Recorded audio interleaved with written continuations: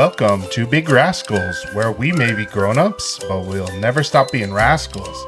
We are a boys' book club, not just for the boys, but all those who enjoy reading, writing, comedy, and entertainment. Our purpose is to have fun discovering new worlds, making friends, and finding a cure for dyslexia. Hallelujah. Happy to be back. Welcome, everybody. Yep, welcome, dear viewer. Glad to have you back for our episode of delving into Dungeon Crawler Carl. But before we do that, let's get into our top 5, provided by me. I decided to go with top 5 RPGs for this episode, since Dungeon Crawler Carl is a lit RPG, right? Mm-hmm. Okay, I was fair in assuming that. Great. Now, You were fair. But before that, we need to ask, please like, comment, follow, or subscribe. yes, it goes a long way to supporting our channel, and especially on YouTube, where long-form content is not as well supported. So giving us a like, a comment, and a share or a subscription really goes a long way, and we really appreciate it. Thanks, guys. Yeah, thank you. Yep. But with RPGs, Geoff did the best at summing up what an RPG is, or for those who don't know what it stands for, role-playing game. RPG basically means you level up, have stats, and play a character, so it's pretty broad. And so that narrowed it down for us with them. I'll start with mine, and I came to find, being someone who was raised in a household that didn't cultivate video games too much, We all can relate. yeah. So viewers, please don't judge me, and please recommend some so that I may broaden my horizon. I did not realize how shallow my pool of RPG experience was until I made this list. I thought it'd be huge. Yeah. But Same with mine. Yeah. Mine is like all the same game, pretty much. was it Diablo 1, Diablo 2, Diablo 3? Not quite that bad. Okay. Well, my number 5 is, I kind of have to give homage to one of the big ones. It's World of Warcraft. Now, I have not played much World of Warcraft. I played in high school. Did you just play through like the free tutorial of it? Pretty much, that you yes. get with like You can get up to level random 20. game? Yeah, you can get up to level 20, and I was playing during the Cataclysm arc, so it was actually kind of cool. And I had a buddy who was like level 85 who would let me get into his realm, so he would just pwn noobs for me. But I have a feeling I would have enjoyed it a lot more if my parents had way better internet, because my computer was so laggy. And that was my first experience of the online gaming world of chats and everything, and it was so overwhelming. I didn't know what was happening, but I was just happy to be a hunter with a bear. I named it Winnie the Pooh, and it just ran and ate things for me. Winnie the Poop. Nice. Yeah, Winnie the Poop, Winnie the Pooh. Number 4, it's a tie between Pokemon Emerald or Pokemon Fire Red. Pokemon Emerald was the very first one I played, and they definitely upgraded with their sprites on the Game Boy Advance, and that's when they went to the shift of special attack and regular attack, physical and special. For those of you know, I don't think you guys know. Not me. They added a lot more versatility to the game and to your move pool. It is weird going back to the older games and not like having. Sounds like my mic isn't registering quite right, but weird going to the older games and not having that split, and you have to then readjust your entire thinking of how your entire team set up. Yes, Yeah. and you kind of focus on Sounds how bad. you can upgrade the stats of each one of your Pokemon. Mhm. And Emerald is definitely the superior out of the two, but I love Fire Red because it was the very first one I could have Charizard as a starter. So, Yes. and I could get Tyranitar in that game too.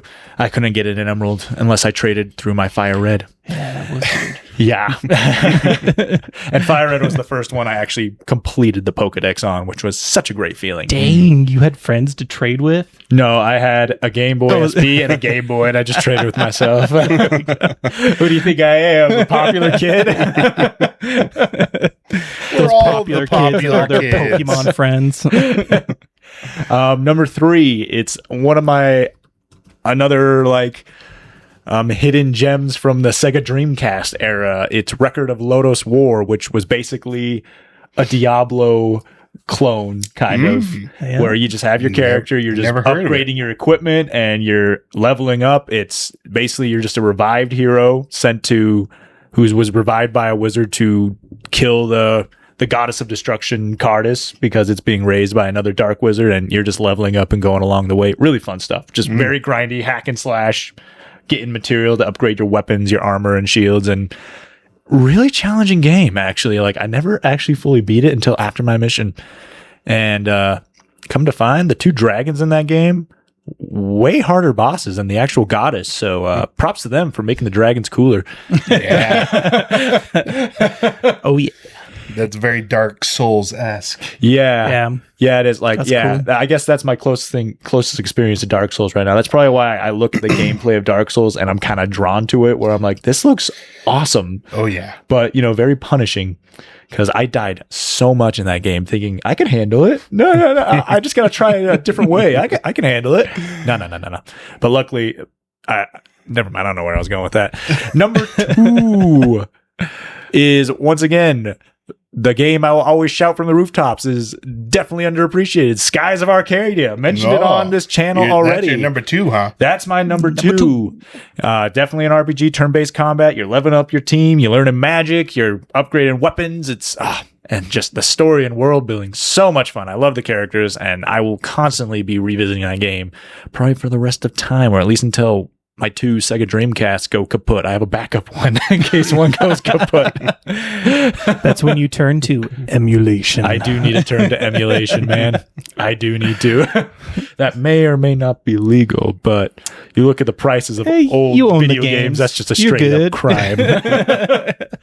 And number 1, Dungeons and Dragons. It's the best tabletop RPG. Like, you can't get better than that, man. It's group storytelling, so much diversity. Oh, and it is really fun. So yeah, I guess that is included. Yeah, right? you have a character. RPG you're leveling up. Game? You got stats. It's so much fun. It is a role playing game, just not a role playing video game. Yeah, it doesn't have to be a role playing video game. It's a tabletop RPG, and it's just it's such a fun thing to like.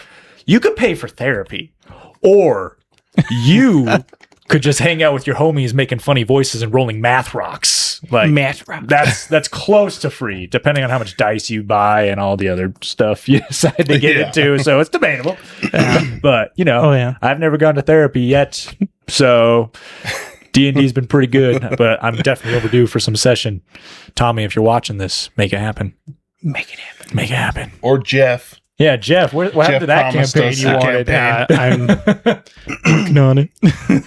All right, yeah, that's mine. Okay, Jeff. Yeah, Jeff, you want to go next?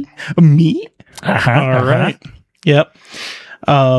So, yeah, I have a huge mental list of just different RPGs that when I do you love. not have a huge mental list? You mentalist.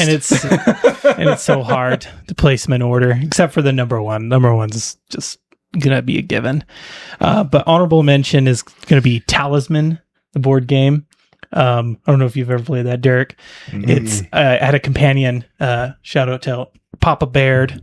If I ever see him again or hear from him again, he's disappeared off the face of the earth, but a companion of my mission that he had this game, and I mean, as proper missionaries, when he was sick, we would just play the game pretty much all day. He was sick quite a bit. It was pretty addicting, especially as a missionary when like you don't have anything to like entertain yourself with beyond basketball and maybe some board games if they're not banned. But it was pretty fun. You picked a character, and there was pretty rudimentary leveling elements to it, and you quickly became overpowered if you like took a certain route with a character. So the game could be broken pretty easily, but nevertheless, it was quite a bit of fun adventuring around this humongous like board. It would literally take up 2 of these tables. But yeah, that was a fun RPG game. All right, to the list. I'm going to start with. Wait, that was just an honorable mention? That was an honorable mention. Oh, man. Yes. To start, I'm going to do Pokemon Soul Silver. And this when I got this on the DS, this was like everything I wanted in a Pokemon game. See, I never up had a to that DS. point. I always wanted a DS. Although I did get the ROM hack Pokemon Liquid Crystal, which is basically Crystal, which was basically gold and silver, but with a lot of added content. The better version. It was so much fun. Yeah. Oh, I should have added that on mine. Did ROM hacks count? Do ROM hacks count? Yeah, their game. Okay, put that as my number 4. Yeah. Pokemon Liquid Crystal. Really, the Pokemon ROM hacks are pretty fantastic. It's hard to beat them. I mean, the old games have their magic, but I mean, being able to catch all the Pokemon in one game as a ROM hack, or even having some kind of strange, unique story. But Soul Silver was fantastic because you're playing through Johto, I think, is that second region? It's Johto. And then you beat the Elite Four, and then all of a sudden, Kanto. You're just like, it opens up, and you're just like, what the heck? I gotta play through Kanto again? Why don't all the other games do something like that? Yeah. That's what I want to freaking know. It's like, why not 2 regions? Pokemon, come on, get back to this. I don't care how you do it. They did it on a tiny little Game Boy cartridge, and now game developers these days, I can't do this too much. I can't do more another region. No, we have to put that behind a DLC. Freaking babies. But yeah, that was so fun being able to go through Kanto again after playing Fire Red, which again is probably my favorite I would say Pokemon Violet, which is the ROM hack of Fire Red, that basically perfects the game. But Soul Silver was just so cool. And the story's just so cool. The mystery around like the unknown and the 3 dogs and Lugia and definitely instilling you with a fear of cows that know their game well. Of milk. Miltank. Freaking Whitney's Miltank. Quite brutal. Oh man, the Reaper of starter Pokemon souls. For those that don't know, and Greg, basically Miltank had a ability where it could drink its own milk and heal itself all the way to the full. And it had tanky stats. It was so tanky. Even though your level was like way higher than it would just build up like a super powerful attack and then heal and then itself. it had its rollout, which, it would do 5 turns in a row, and it gets more powerful every time. And it doesn't have the greatest accuracy, but for some reason with Whitney's Miltank, it's got 100% accuracy. It never misses. Yes, quite a challenge. And as you know, I do like a challenge. Fallout New Vegas is going to be number 2. And the story is addicting. It just hooks you in so well. The couple times I've played through it, and I'm playing through it again. I'm actually doing a Carl build. Carl and Donut, Bomber Monk. It's a lot of fun, but we'll get into that later. Just the story just sucks you right in. So addicting, so engaging, and I mean, such an old game too. Like it was out before Skyrim, so I'm pretty sure out before. Just so fun. Definitely recommend, and you guys try it if you haven't. Just fantastic story. I played it a little. It's fun. It's a game you have to get absorbed in. Yeah, and it helps if you kind of build your own backstory to your character. And it was like the first Skyrim style game where I did that, where I didn't just go in with murder frenzy, hobo. Yeah, I actually was building a character story, and it just sucked me right in totally. But all right, number 3, and again, this is where it just gets so murky on like where the actual ranking is. Dark Souls 1. Not the first Dark Souls game I played, but the first one I actually committed to, because the first one I played was Dark Souls 2, which the more I look into Dark Souls 2 and the more I play it and look into the lore, the more I love the game.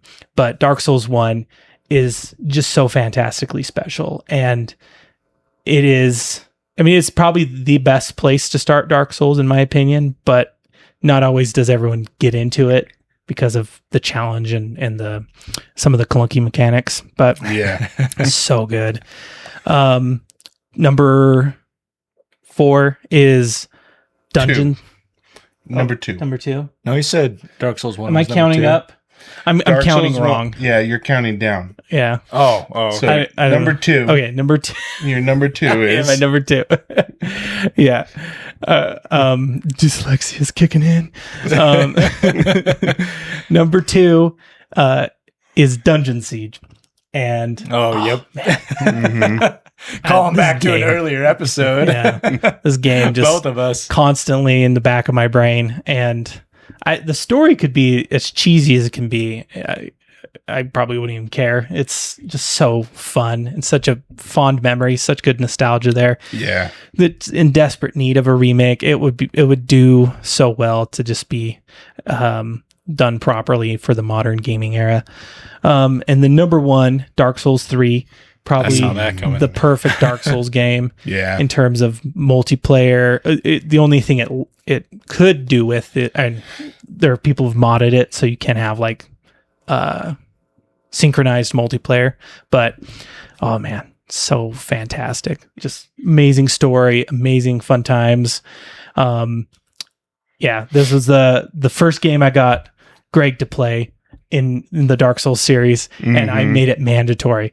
I literally bought an Xbox One, and I bought both of us a copy of the game. And Dang. I like brought it over to him as soon as I got it. I'm like, here, we're playing this.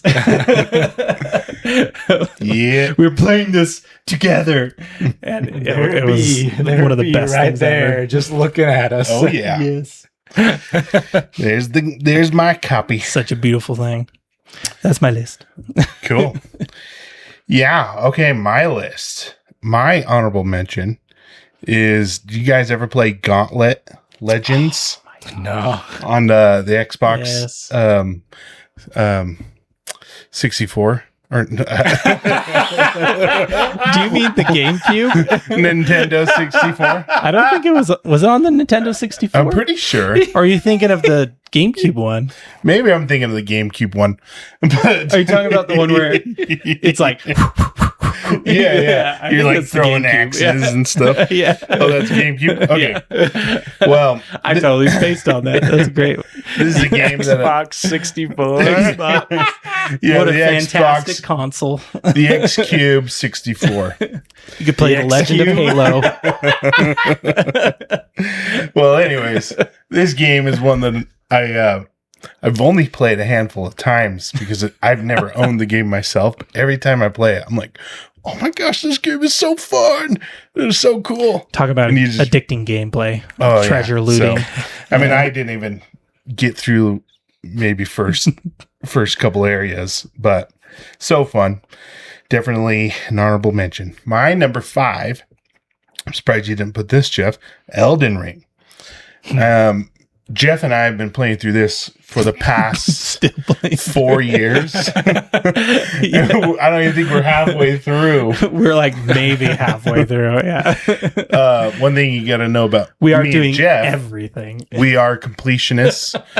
If we see an item, we have to go and see what it is, even if it's just a rune shard. A dungeon must be completed. Yeah. Every boss, every creature needs to be killed. And it's Elden Ring, so it's hard. And To say the so- least. Yeah. And we're playing like once a month, Playing maybe. very intimately. Yeah. Yeah. And so we It's relearning every time we play. we start playing and we're super rusty. And so we have to get back into it. This is kind of what happened when we played through Dark Souls 2. Mhm. It took us forever. And so that's why I kind of put Elden Ring kind of in the same category as Dark Souls 2. Yeah. Well, But- and I know, Greg, you've lost a finger almost to Elden Ring, haven't you? Would play the boss, you go, dang it! Ah! Oh, I don't even remember Countless that. controllers. I just have been remember lost. you coming into work and always be like, I can't do it with this finger. And then you tell me how Oh, yeah. you messed up on a boss with Geoff. You went, no! And you hit your finger on the Oh. table. Yeah. Probably because I Was was that- putzing around. Was that Elden Ring? Yeah, it was Elden It Ring. was Elden Ring. It was Elden Ring. Oh, man. I So don't I know. think it was the guy where it's hard for me to describe, but you're like in a desert area and you could start far, but he just basically Oh, jumps. Radon. Radon. Yeah, Radon. Oh, man. Yeah, And like Jake was telling you, you could get a seed. sniping, You know, yeah. it's like, yeah, but then he like just gets you even faster. As soon as I get it out, it's like he speeds up too. Yeah. Oh man. He speeds up too. The only thing more infuriating than the Dark Souls and the Elden Ring games is Madden. I had to stop playing Madden because I broke too many controllers with that game. Oh my gosh. Yeah, if you know, you know. But Dark Souls was infuriating on a different level where it's just difficult. And like you would get so close to defeating a boss and then they would just gank you and kill you. And you're just like, it took forever. I can say a lot of Greg's frustration in controller breaking was probably due to me messing around during the boss fights because I would be starting to like get all like silly with it. And he's like, "Come on, man, we got to Focus, Geoff. I don't have time to play this game. Oh yeah. Oh, we can get into that quite a bit. Oh yeah. But my number 4, Dungeon Siege. This is a game that I thoroughly remember enjoying playing it. I don't remember the game story all that much. I just remember beating the game and having my main character had this sword, this glowing sword with like a light on the tip. And that was so cool. That's all I remember. And then I remember that too. Yeah. My number 3 is Skyrim. And I'm surprised you didn't have that, Geoff. The Skyrim? I do love Skyrim, but man, Fallout New Vegas Geoff for me played and through it Dark Souls. as much as I did. I've actually Boy. only ever beaten Alduin once. I have like 6 characters. Well, Only ever got to Alduin once. you can go and beat him pretty quick if you want. But Skyrim, this is the problem with open world games, is just the amount of time that they just steal from you. Mm-hmm. I was only able to play through When Skyrim. you're doing nothing in the game, pretty much. Because I was working a seasonal job and like the winter we were off. And so all winter I was down in my room grinding through Skyrim. That is the only way I could have played it, or it would have driven me nuts. And that's why these open world games, I think, are kind of losing their trend and going back more to structure. They were a novelty, and at the same time, like I enjoy them for what they are. You just can't have everything made open world because you paid $60 for a game that you're going to be enjoying for like years. That's just a great deal, man. Yeah, you're just having a good time. But when every game is open world, you can't buy every game. When they start to get too repetitive, too. That's the problem with Elden Ring is its repetitiveness, like where you've basically fought in the same boss, just a slightly upgraded version 5 times over, and then it's like, okay, this is where I want to go back to Dark Souls, where every single boss is new and unique. Oh, dang. And that's what the beauty of Dark Souls 3 is. It just it is somewhat open world, but also linear to where you are guided through a linear quest, but you have the ability to have the open world experience, but at the same time, you're not like devoting your still life an element of opportunities to go off the beaten path if you want. But I got one more game. Well, so Skyrim was 3. Number 2, and this is kind of my childhood, Diablo 2. Childhood. Fight demons through childhood. It is such it is such a huge influence on my life as far as like my love for fantasy and like that whole quest, good versus evil kind of feel. A lot of my writing kind of comes from Diablo 2. Like I love the concept of like demons and like a character having to go to hell essentially to fight these demons. Just such a cool. Have you played Doom, my guy? Sounds right up your alley. Yeah, it probably is. But that's the problem. When I get involved in a game, I have to be careful because I can get obsessed, and that's not good for when you're an adult. An adult and a parent. Yeah. Yep.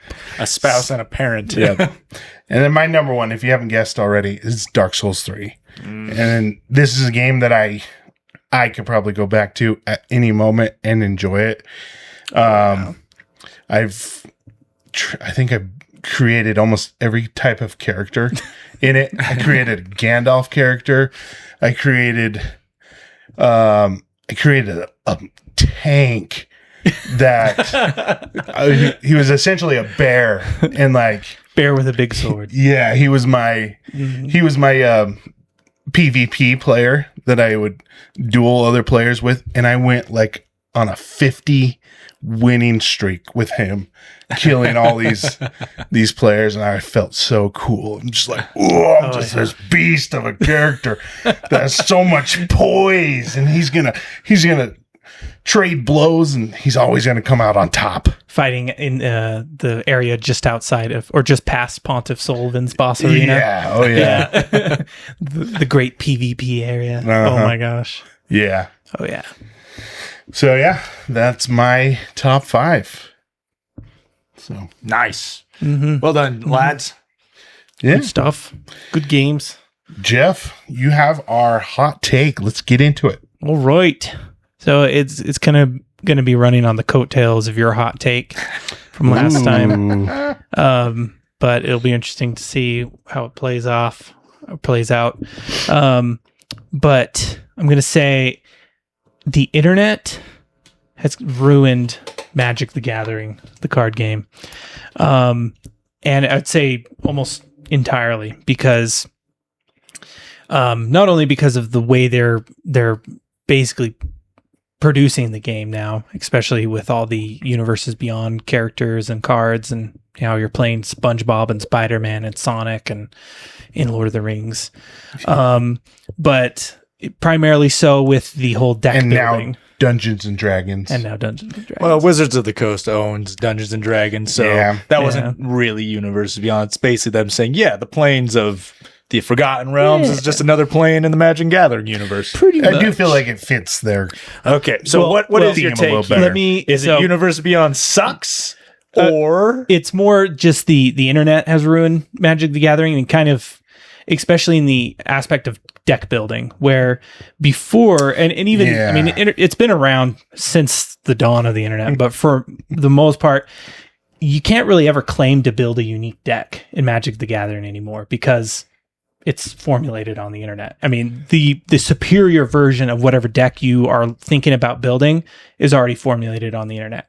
So in reality, I mean, especially with proxies, you basically go online, find the cards you got in your booster pack, and you're like, I want to build a deck around this. Somebody's already built a deck around it, or they basically have designed decks to be built around all of those cards. So they have it's now a game of pre-built decks, but it's just about them making you think you're collecting the cards and building them yourself.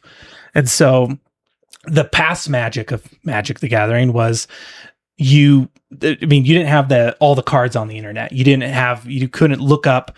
Maybe you could find it through some obscure threads, but in general, like not as prevalent as it is now. But you got the cards and you felt like you were designing something. You felt like you were creating something. That feeling is kind of gone now, because everything is pretty much pre-built and pre-planned, predestined pretty much.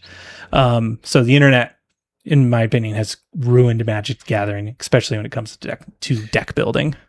So what you're saying is that just because the database for people's card knowledge means they don't have any unique decks? Yes. Well, you here's can a delude question. yourself to think, oh, I've built this so unique. They basically planned that. Then I guess way. everything we write, because we get it from a database of other writers, and everything is no longer unique. I think what Geoff is kind of getting at is these almost like an example of someone we know. Bibba. Yes. Bibba goes out there and buys I think we these call pre-made Bibba decks out that more are than anyone. overpowered. Yes. When was the last time you discovered an infinite combo on your own? I think just last week. Oh, yeah? Well, you haven't been following the Hobbit spoilers. I have been because, my boy Smaug is becoming a Magic the Gathering card. I mean, 4 different versions, baby. So I am still on the hype train for that. Yeah. And as soon as I saw Smaug the Impenetrable come out in 8/7 Dragon with Flying, Indestructible, and Haste and Rakdos, and whenever it's dealt damage, non-combat damage, you can create that many treasure tokens, I immediately thought, oh my gosh. In my Shadow the Hedgehog deck, I have Smaug and I have Sonic this from one Shadow. creature that deals 1 damage to each opponent anytime an artifact comes into play. And Mayhem Devil, anytime you sacrifice something, you can deal 1 damage to 1 target. So it's like, sweet, I have a treasure token. You have to sack it to make the mana. It deals 1 damage to Smaug to make another treasure token. And if I have that guy that deals 1 damage to everybody, I can just have that infinite loop and just burn the whole board. And I was so happy that I was like, oh, sweet, they made Smaug so freaking broken. It's like with cheap cards that I have that I don't need to go out and buy. Like everything that I've already built a deck for it online myself. I did not look at anyone. I just went with the bulk I had, and I was like, I have all these good cards. This is meant for me. Well, Derek, I think you're a rare occasion here. I think what's happened, and I do agree with you, Geoff. Well, in your defense, I think way too much about it, especially since I've been following all the Hobbit spoilers as they've been coming out. Because I'm usually against the Universe Beyond, but Lord of the Rings and the Hobbit, they kind of fit somewhat neatly into the planes that Magic the Gathering is. Yeah. That I'm like, okay, I'm not mad at this. And I've always wanted to have Smaug. I've made proxies of other dragons as Smaug. So to actually have Smaug, I'm like so happy. Yeah. And I don't know. I mean, that's cool, but it is, it has lost that. Yeah. And that same infinite combo I thought of, that's the weird thing about the algorithm. Like, it's already pulled someone else who has thought of it. So I'm like, okay, I'm not going too out there, like out of the box, because other people are thinking of this as well and sharing it online. Well, also part of the problem is it feels like it's all just pre-designed now. And no doubt there was a lot of that before, but it felt so much more like you could find something unique in the past. Like maybe there wasn't something that the game makers thought of, but nowadays it feels like they've basically thought of everything and they've thought of all these strategies beforehand. Mm-hmm. And also part of the, whole growing up and having a family and being almost too busy for some of these things. It's like I could spend the time trying to get the same joy I did out of reading all the cards and going through all the ideas and strategies I have. But then it's like, I know it's already been made and made so much better online. So now I can just look it up rather than take all that time and basically waste all that energy in creating a deck that's already basically made better. I wouldn't say waste. Like, you guys have both gone on record that building a deck's like the funnest part. Me going through my bulk and being like, oh, this is a cool thing and everything. It's like making a story yourself. You're like, oh, this would be cool encounter and everything, and it'd be cool if I could do this. Oh yeah, no I doubt. also think there's just a desire to compete. Yeah. Mm-hmm. Because if somebody comes with a pre-made deck that some, uber nerd created. Yeah, I know that, where it's my friend's not beating me.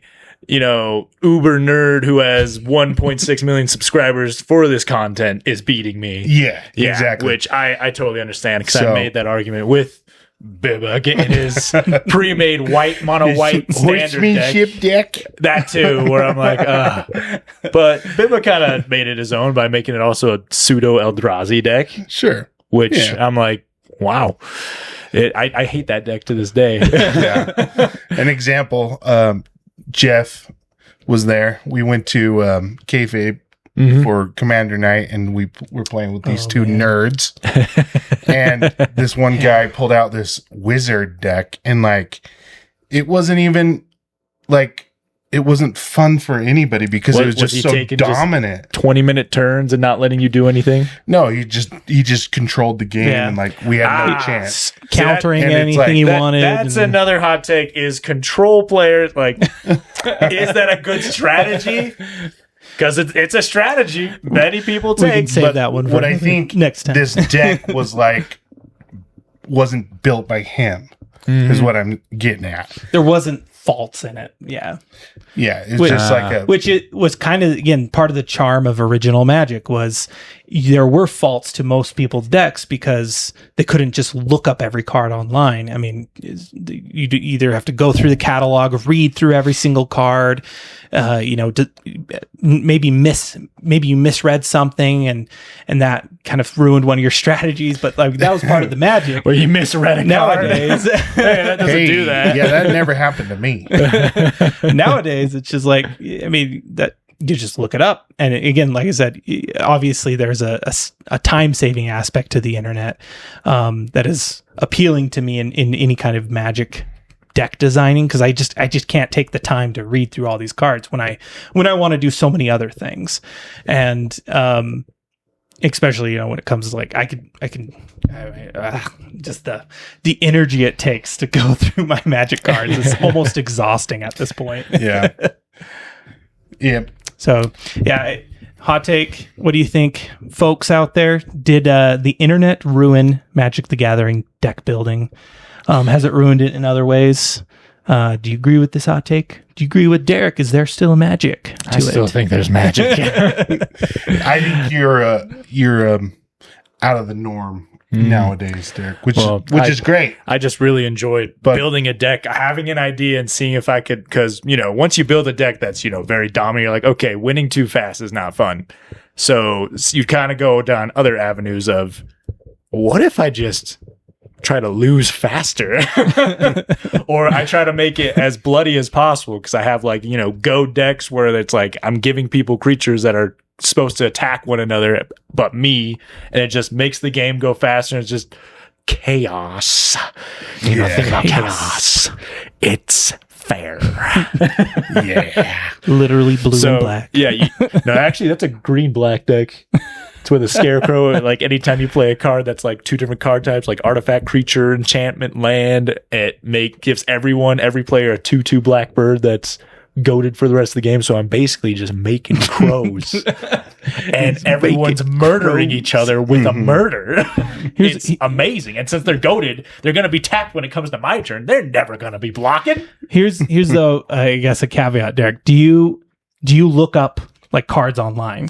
Yeah, I do. Okay. Like I go to Scryfall. I have a database because, I don't want to just go, because it's more time consuming to go through my bulk. So like I still fall into somewhat of the category you have where I'm just going online, but I'm not always looking for a deck list. I usually go on Moxfield and then I just start going down the avenues of what I have an idea for. That usually leads me to about, like, for a commander deck, around 86 to 90 cards. I'm like, oh, I got 10 spaces left. Or, sometimes I go over.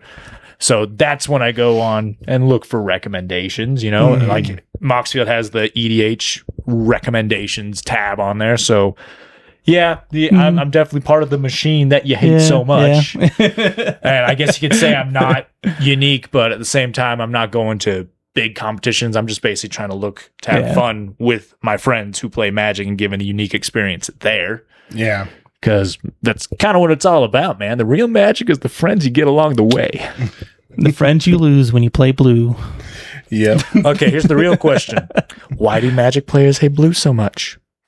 And why do they keep making everyone hate it? Is it because they counter your stuff? Is it because they don't let you play? No, you're wrong. I'll let you know why. Because it's a water droplet. And that makes them think about having a shower, which you all know they hate. They can't think about getting clean. They don't want to think about getting clean. That's why those who have been to those scenarios of tournaments know that a stick of deodorant can go a long way, man. If you get anything out of this episode, please bathe regularly and wear deodorant. Please. Yes. Good hygiene. All right. I digress. Oh, yes. Oh yeah, yeah. I think that's it's a catchphrase. I do agree with you, Geoff, but I think that's a decent hot take for sure. Good. We got some controversy with Derek a little. Yeah. So, yeah, let us know what you think. Mm-hmm. Yeah. Okay. I think we should move on to the book. Let's get into it. Dungeon Crawler Carl by Matt Dinniman, and I'm going to give a book summary. The Dungeon Crawler Carl series by Matt Dinniman follows Carl and his ex-girlfriend's cat, Princess Donut, as they survive an intergalactic reality TV death game where Earth is turned into an 18-level dungeon. So yeah, that's a pretty basic summary. A nice, good rundown. Yep. And also, this will be a non-spoiler section. So if you haven't read it, don't worry. We're not going to get into spoilers just yet. We'll warn you when we do. Yes. Yep. So I'm very curious. What was your guys' first impressions? This is like modern day Dungeons and Dragons meets Futurama meets just wacky comedic shenanigans. Like it was it was kind of all over the place, but still very well structured. So I appreciated the comedic chaos it brought. Comedic chaos. That's a good way to put it. Yeah. Geoff, what do you think? I'm going to say this book was a perfect example of a very generic idea that can be written well. And I say that Brandon Sanderson said that, what's the quote? It's ideas are cheap, but good writing is well worth its weight in gold. And that's been proven time and time again by all kinds, like books like this, where this honestly is an idea that's been used to, crazy amounts. I can count a ton of different anime that are almost the same story. And other like games and books that kind of fit this. Sword Art Online and Ready Player One is kind of this as well. So like this has been done before. It's been done, but it's been, and this to you, Derek, about the writing, how your writing example when you're using it to counter my Magic the Gathering argument, this kind of disproves it, because honestly, thousands of stories have been written, but this still feels unique and still tells a good story. So this just proves how you can almost take any, and this for the most part can almost seem like a stupid idea, but it comes out, again, for how popular it is, it comes out very well done. So very enjoyable. A lot of things I dislike about it, but quite enjoyable for sure. Yeah, I was super curious because I either thought you guys were gonna like it or hate it. So, which is, I'm in the realm of I enjoyed it thoroughly, and I kind of hooked me in. And I'm like, I read through 4 of the books since reading through the first, and so, but yes, there are some things that I did not like, and we'll get into that later. But it was interesting. Yeah. Next question is, does it deserve its popularity? Because it is flooding the internetosphere out there. Yeah. Like, we were hearing about it when we did the Paxao Talamanus video. We saw everyone in our comments saying, "Gosh dang it, Donut," or "New achievements." Just all over there. You guys were great. I loved seeing all that, and it just made it more of a place to share. Now they vocal make stems. sense. Yeah, now we get it now. We get it. We're saying them too. Yeah.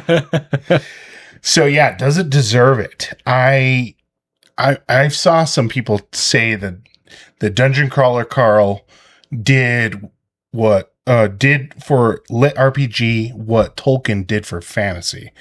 And I'm like, ooh, I don't know. That's a little much there.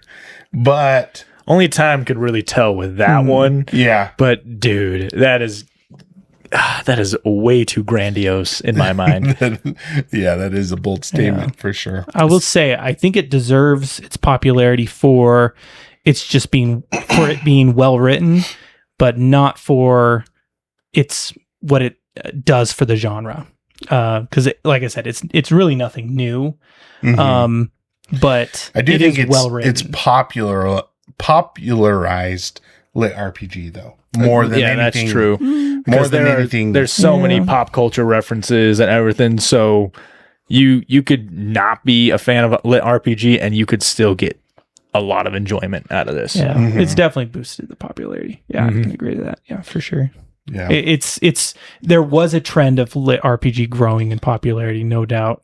I would say especially because of anime, but this has definitely blown it out of the water in its popularity. Just lit RPG in general growing more even popular. Well, would you say that this is for those who are constant devourers of lit RPG. Would you say this is just for them, right up their alley? Yeah, I think so.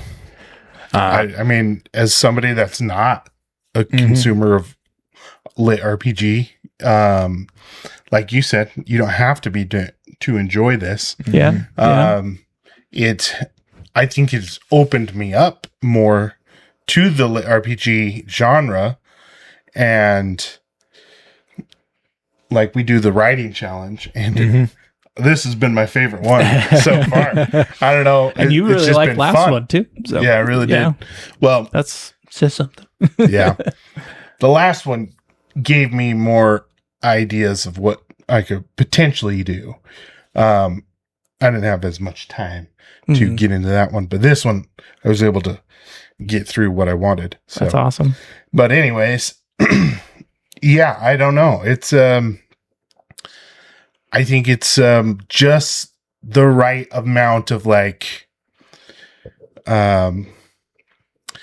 fun and enjoyment to where like somebody that is not quite interested in lit RPG can enjoy it. Yeah. Yeah, that's a good way to put it. Yeah, I can't give a good take since I haven't, consumed a ton of lit RPGs, so I don't know how it regularly is.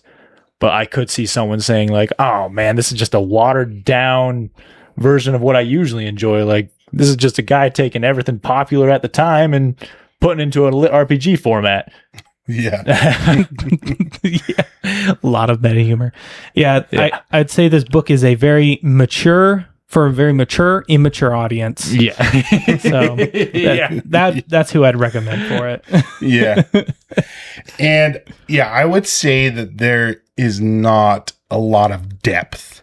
So if you are looking for something like The Lord of the Rings, like, I think of Robin Hobb when I think about depth. Yeah. Then you're not more getting depth that from the story. Yeah. I'm hoping there'll be more depth from the story. But yeah, on the surface, you're just like, where is this go any deeper? Is this just humor? They hint at something in there, but it never goes in too deep with the first book. It might with the other books, but yeah, I mean, a little bit. Nah. So yeah, I'll stick to the. I don't think there's a ton of depth to this. I think it's just a lot of fun nonsense, and that's okay. Like that's a genre for people. People want that, and obviously people are enjoying it. Yeah. But I do enjoy depth a little bit more, and so that's kind of where I knock it a little bit. But Robin Hobb. There's quite a contrast between this. You whip out Robin Hobb's name in comparison. It's like, dude, why don't you just compare a sidewalk crack to the Grand Canyon, my dude? Yeah, that's pretty much. True. I mean, that's what I think of when I think of depth is Robin Hobb for sure. Robin Hobb is pretty in depth. Good contrast for sure. Great contrast. But, so yeah, what's his writing style? What would you say? It's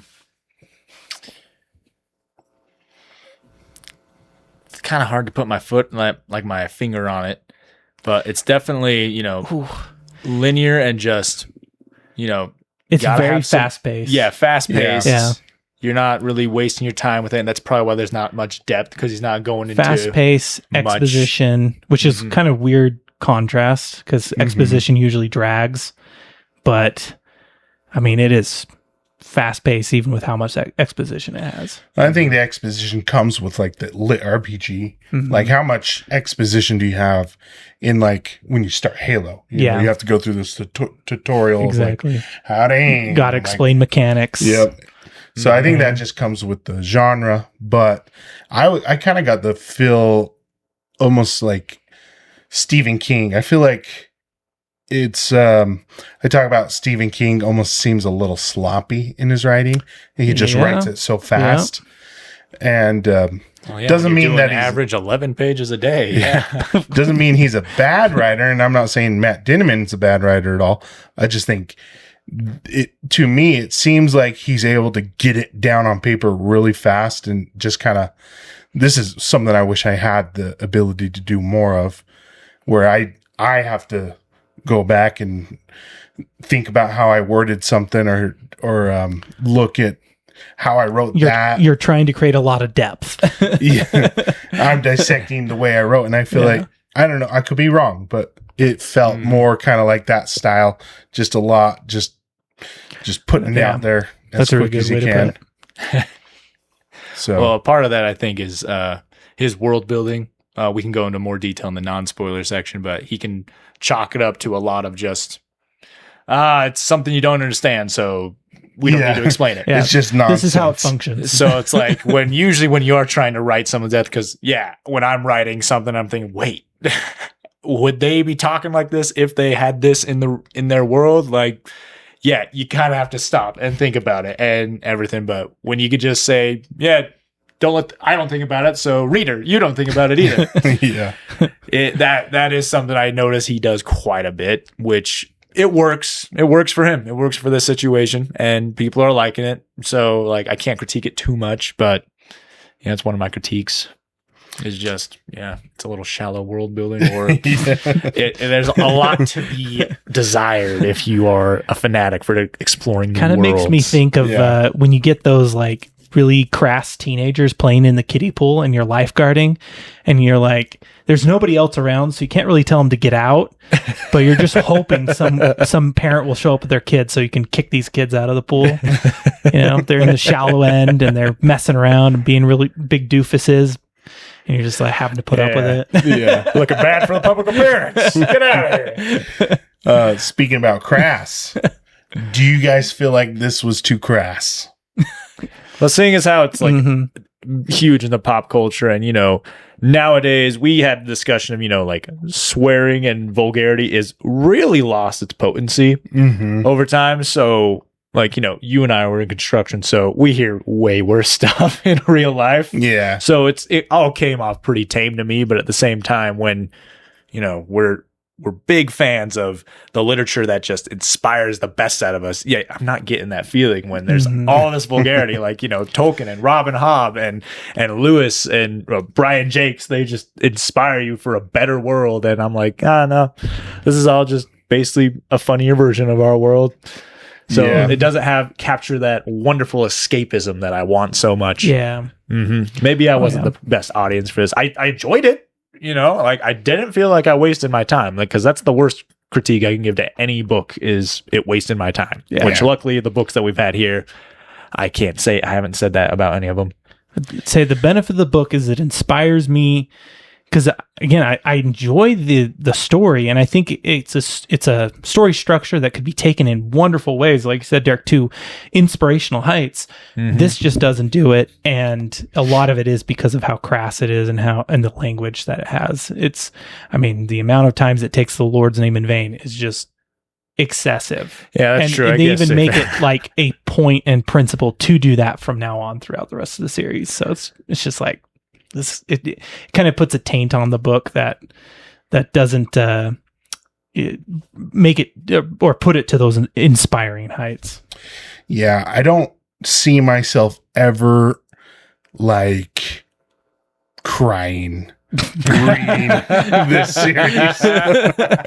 Being like, so emotionally moved. Yeah, because there's just I don't think you can be serious. Like when it does try to go serious, his writing style is very unserious. It feels shallow when it goes serious. Yeah, as we're playing in the shallow end here.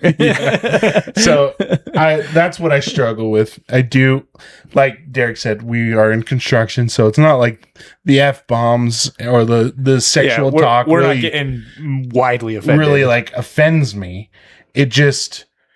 It takes me out of that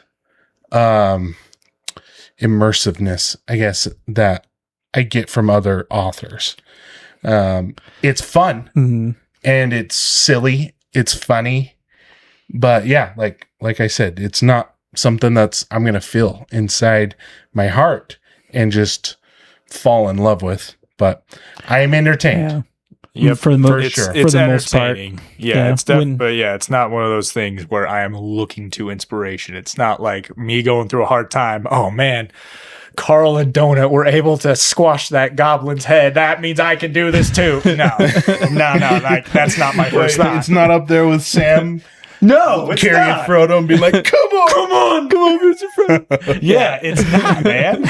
You mean when Carl goes, they will not break me.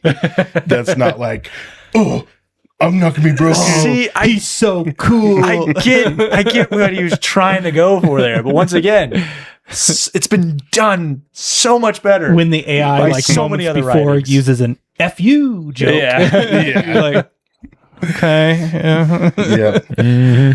So I think, I don't know. Do you guys have anything left with This non-spoiler? is very much how I feel. It hasn't gotten to the levels of Rick and Morty, but I just can't watch Rick and Morty anymore for these exact same reasons, where Rick and Morty is so horrible in its humor now that even when it tries to like broach on the emotional and the sensitive, like there's nothing redeemable about any of the characters in this universe.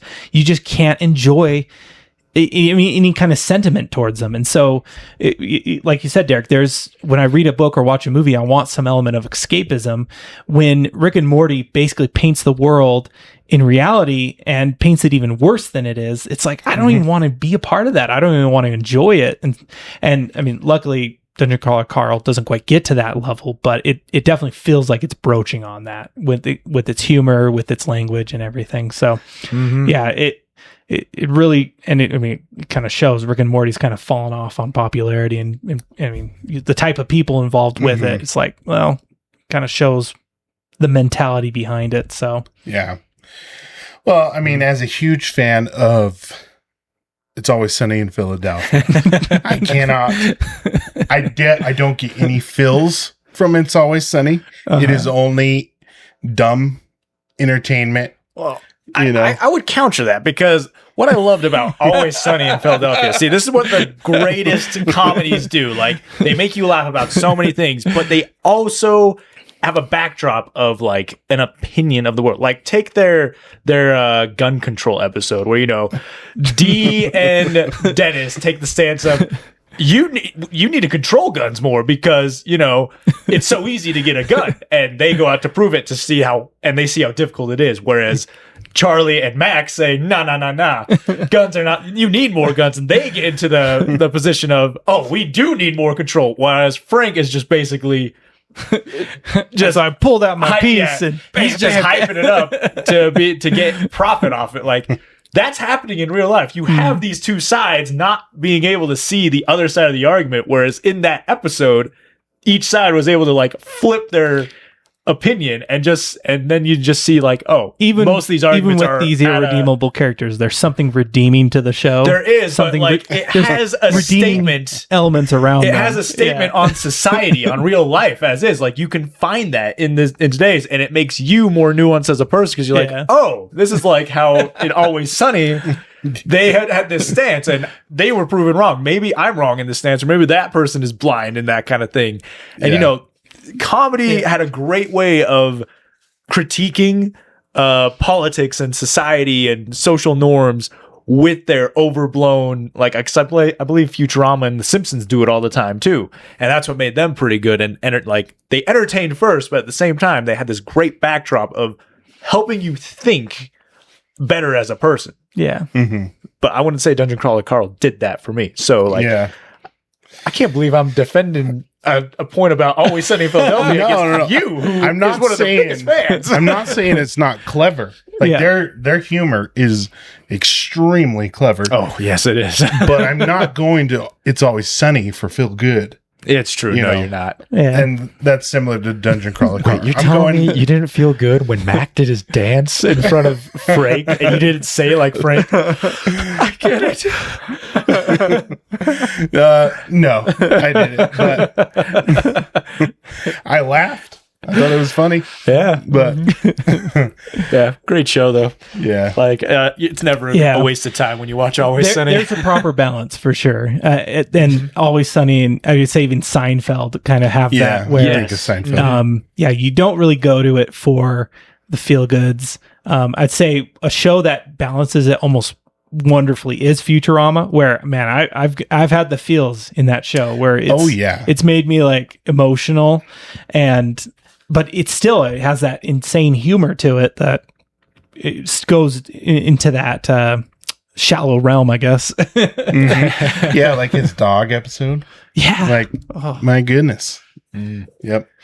Well, anyways, you guys got anything left of non-spoiler? Nah, I got nothing. I think we're ready to get into it. Yeah, let's take a little break and then we'll get it back into the spoiler section. So, see you in a minute. Alrighty, we are back. We are going to get in our non-spoiler section. So, if you haven't read it, go read it. Or if you don't care about spoilers, hang around. Welcome. Mm-hmm. So yeah, I think we should just get into the characters first. Honestly, I can't really say there's much to spoil in this book in terms of big reveals. Yeah, that's true. Yeah.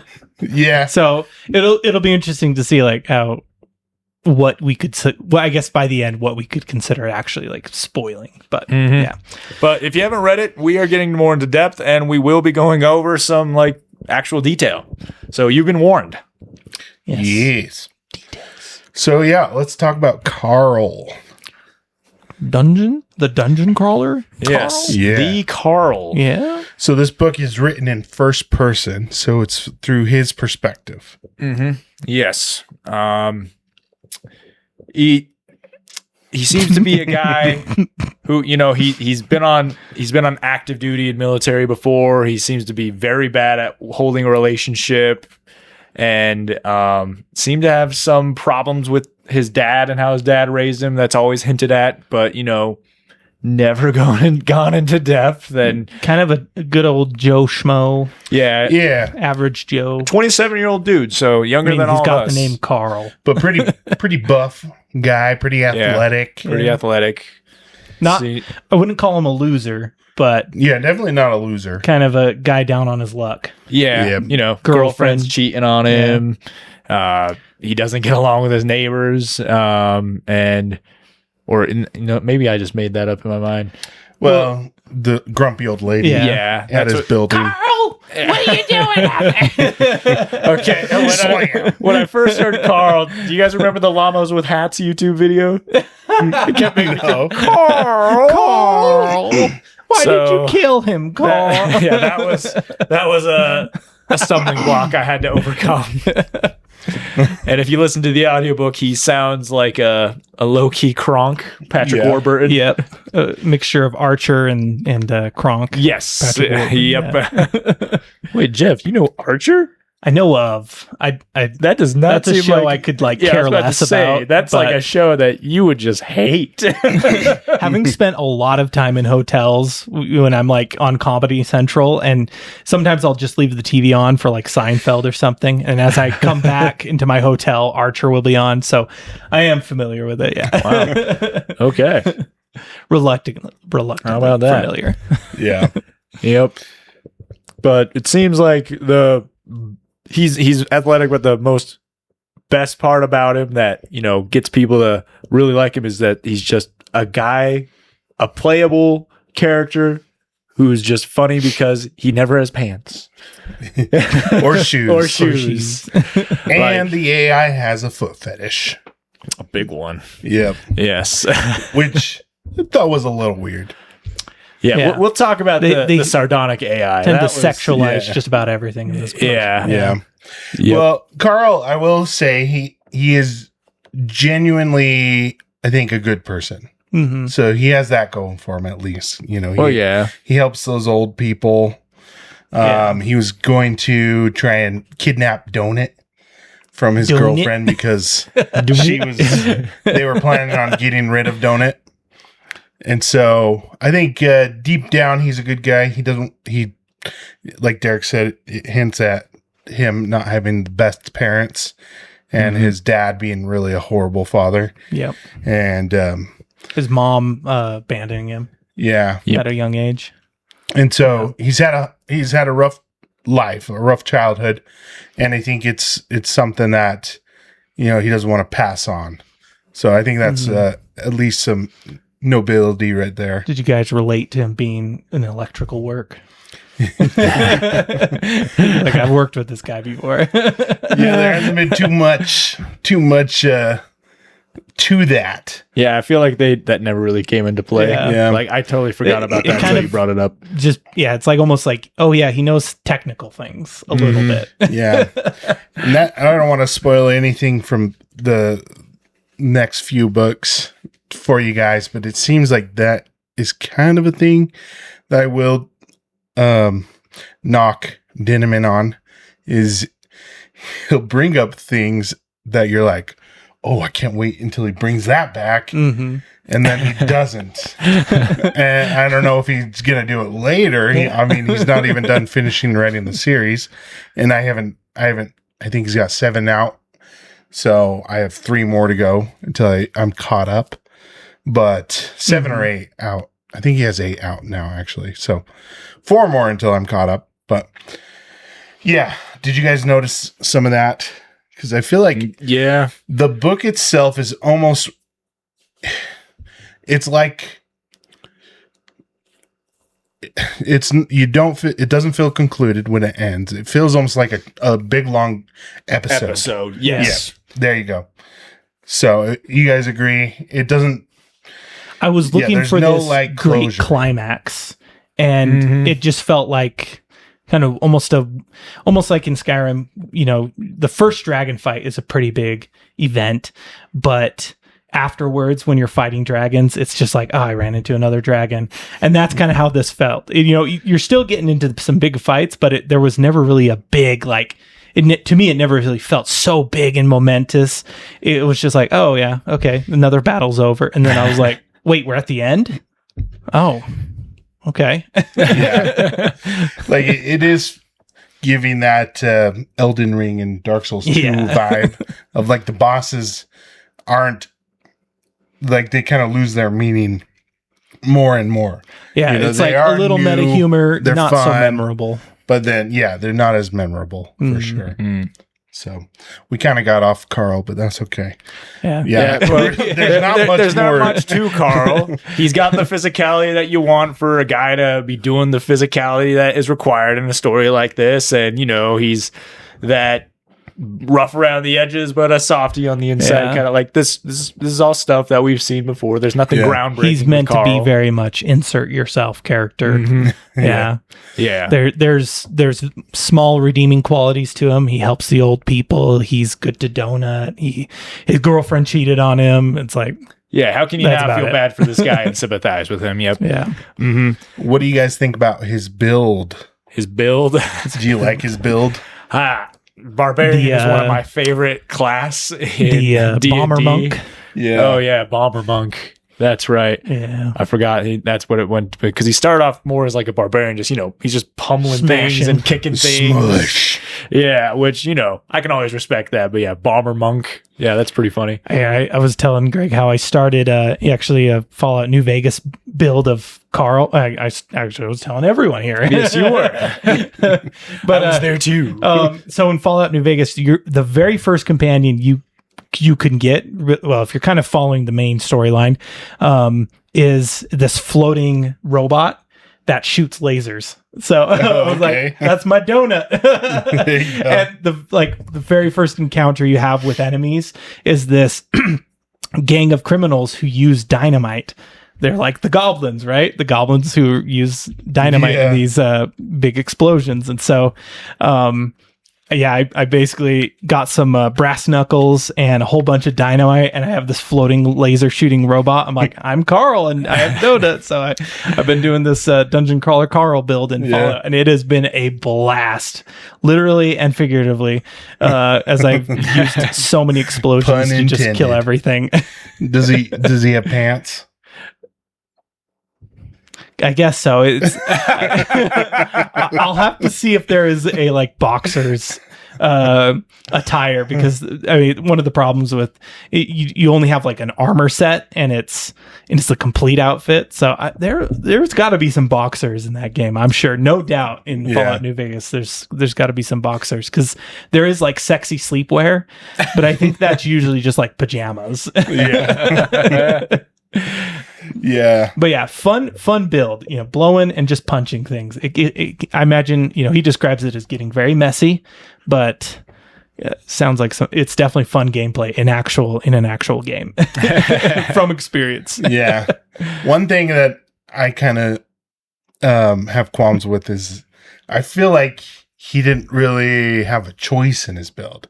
It was almost just kind of like, because he just didn't have a weapon. Yeah, he never had a weapon.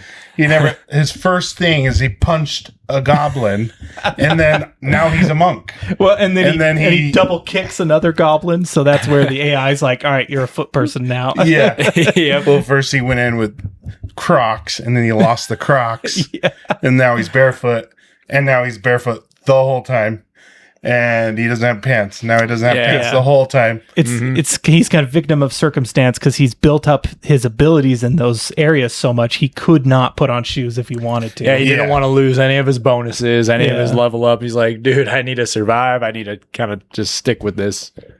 Yeah, so it's almost like, if that's kind of Carl's situation, how is everybody else's situation not the same? Like, if they're not going in with like a gun, they're probably not These going were in people with who other happen weapons. to be outside. Well, and like, do the people with guns, do they get ammo reloaded to them, or do they go to where Carl's at as soon as they're out of ammo? Yeah, well, some do and some don't. Yeah. It seems like. It talks about that group of African, like the African militia, how they had to use their guns as clubs. Once they ran out of ammo. Yeah. Yeah, and that's it. It kind of just is. The rules are not defined that they could get ammo at any time. It doesn't matter. Like, the game is so random that like they could have laser weapons at any point. It's like who's the Icelandic lady? Is it Velka or something? She has Hekla. She's got Hekla. Yeah. She has like all this Icelandic gear almost from the get go, and then Lucia Mar. Lucia Mar. Yeah, Lucia Lamar or something like that. Something like that. She what does she have, a mace? It's like she just come in this with a big old mace. Her two Rottweilers. So it seems a little targeted with Carl being kind of a victim of circumstance. Being a victim. Well, everyone else is kind of, they have all this cool gear. Like his first weapon was a fireplace poker. That he was given. He couldn't do anything with. It Yeah. was so bad. Yeah. Which It almost seems, I mean, and they kind of hint at this with the AI, that it is planned out. Like, the AI had almost these builds in mind for people, especially with Carl and his bare feet. Like, for some reason, there's so many people that the AI could have a foot fetish over, and Carl's the one it chose. I mean, the chances, how many people at the beginning, it's like a 10 million or something like that. Mm-hmm. The chances of only Carl going in barefoot are pretty low. So, especially seeing as how like the whole planet was destroyed and turned into the dungeon at a time. Like, I get it's all across the world, so it's not nighttime or daytime, depending on where you're at. But Carl wasn't the only one, because he was in it's Washington, isn't he? Seattle. Yeah, Seattle, which pretty high populace. There's no way he was the only one out at 2 a.m. at the time, so he wasn't crushed. He wasn't the only one not crushed by a building. So you'd think, and they got plenty of homeless people there, which there is one in this story. Well, I think the old folks people were from Seattle, and Frank and Maggie Mai were from Seattle as well. Yeah, like, so the only reason they were dressed up is because they were on duty or on. It's kind of like they were all localized, and it talks about how in the next book things will be more random. Like level 3, they're not localized anymore. They can interact with all the the different characters. There's a lot more and interconnectivity. players, I mean. Yeah. Yeah. Mm-hmm. Okay. So, yeah. What'd you guys think about Donut? Acting like a cat would talk with, it's that's all the stuff that, writers think cats would act like, Like, I wasn't too surprised. She's very funny and naive and just full of herself. It's what I expected when she started talking. I can say I went into this book almost knowing nothing. So when Donut started talking, I was like, oh, this is going to be a thing. I'm like, all right. Yeah. We're going to have to deal with this voice for the rest of the story now. Yeah. It seems like she's a lot of people's favorite character. But yeah, the same reason why the dog is usually our favorite character in a lot of things. Just the dog in the the Odyssey sass. was my favorite character. yeah, but the dogs are like redeeming, like they're fun, they're loyal, playful, they're loyal. stalwart, they're brave, they're courageous. Yeah. Cats are just condescending, sassy, and just selfish. Yeah, selfish, prideful, selfish, pampered. Mm-hmm. Oh yeah. Yeah, I think the benefit of Donut to the story is her being this. I mean, it's funny given they talk about how she's so childlike or so childish, given how much she still seems to happen to know. It's like she is an adult in a child's mind and body, but like when she needs to be, she'll be adult-like, but then when they also need her to be, she'll also be very childlike. So there is almost some inconsistencies with her, but I get her her purpose in the book is to almost create this character for Carl to protect and care for, beyond just a feral cat. Mm-hmm. Yeah. But I don't know. I think decent support character, adding kind of or throwing a wrench into things for Carl, because if it was just Carl, it would be pretty boring. There wouldn't be as much conflict popping up, because Donut does create a lot of situations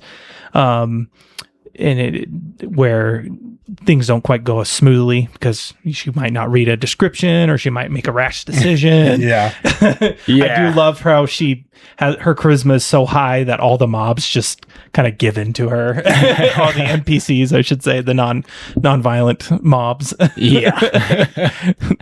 They just are enchanted by her. Yeah. Oh yeah, I definitely think Matt Dinniman made Donut a little too OP. When they read out her stats, I'm like, you gotta be kidding me. Like, strength, what was it, 25? Like, I get this is a magic pet biscuit that she just got, but she's really stronger than Carl. and they talk about that so much. Like, oh, she needs Donut. Or Carl's constantly talking like, oh, you need to use your claws more. You need to use your claws more. And then she does. And it's like, oh yeah, that was a bad idea. But then you still need to use your claws. It's like, where are we going with this? Her constitution is so low that like she's a glass cannon. She is a glass cannon. So like she goes and bites the jugular of the juicer, and he smacks her. Not even hard, and almost kills her. So like Carl's like pushing for her, but he doesn't quite understand that, she's as vulnerable. She really is pretty vulnerable. Yeah. Given the other stats, she might be lacking. Mm-hmm. Yeah. So, sorry about the light coming through. The sun's setting and coming through my windows. We're not used to filming in this location anyway. This is a new place for now. But anyways, anything else on Donut? Man, I want to feel like there's more depth to these characters, but there's a lot I want to say, but I feel like the elevator pitch is as deep as it goes, like saying, I'm writing this story about a guy who has no pants with his ex-girlfriend's pet cat who has laser vision. How awesome does that sound? It's like, that sounds lasers. Yeah, that sounds great. Tell me more about it. Like, it never goes much deeper than the elevator pitch. Like, that's kind of my problem here. Like, because the characters I'm not like knowing to a soul level. And that is one thing with this book. I want I'm really intrigued by the world they are in, about the political conflicts and the dungeon and the AI and like how everything is building up to this crazy universe and the politics that are developing. I'm fascinated by it. But also part of the problem is Carl is seems like a character who could care less about politics. Yep. And part of me is like, I kind of hope we can still get into it, even though Carl and Donut don't seem to be the characters to really get into it. So we will see, I guess, with the future or the subsequent. Oh boy. Subsequential books. Subsequent. I don't even know the word anymore. You ruined it for me. The next books. The next books. Yeah. I don't know the word anymore. What is the word? Subsequent. And that's why I feel like this book is more just like an episode, because there's a lot of hinting to like, I don't even know if it's like chances of a rebellion, like kind of like in Red Rising. Yeah, they Carl just break the rules. Carl hates these people. He's not a leader type, but is he going to become a leader type? Well, I don't want to spoil, but I will not. But that's just the question or I'm deny. asking. Yeah, he is a person with a lot of crazy, but good ideas. Mm-hmm. That's one thing about Carl. I do think his intelligence is low, but I think how Audette talked about the wisdom stat isn't kind of hidden. It's hidden. I think Carl's wisdom stat is through the roof. Yeah, because some of the things he comes up with, crazy and chaotic as they are, but he's remembering every little thing that Mordecai says, or picking up every little thing that people say, and he's like, I can use that later. I can use that, or it's I can use that for that plan. Yep. Just with the rage elemental, which was one of my favorite parts. Dude, that was my favorite part. Yeah, hands down. Very cathartic. Yep, so cool. Where he's picked up from one of the fairies saying that if they enter the stairway, that they die. Yeah. And he's like, I could use that to kill the elemental. It's all I need to do is just get it to chase us to the stairway. And I love how he's like, I can't say it. I can't tell you guys because if I say it, then they'll fix the exploit. Yep. Which... coming with a patch. Which, that was probably the high point for me in this book, where, it's a level 93 rage elemental, and they're at the time, level 9, level 10, level 11. So, it's one of those things I love about a good story where you have these insurmountable odds, and you're sitting there as a reader thinking, how the heck are they going to win this? Can they even win this? And to see him get him into the stair, because he remembered that key point, and he basically used the rules given to him to his advantage. So cathartic. That's where I using all the tools, this book peaked, kind of building up in that moment. That's where I feel like this book peaked, because I never had that same amount of satisfaction after that, where I'm like, oh man, because like you said, the way it ends, it's not this big climactic finish like in Red Rising. It's in a similar sense where it's a game watched by individuals, and there's bets getting played, and sponsorships, and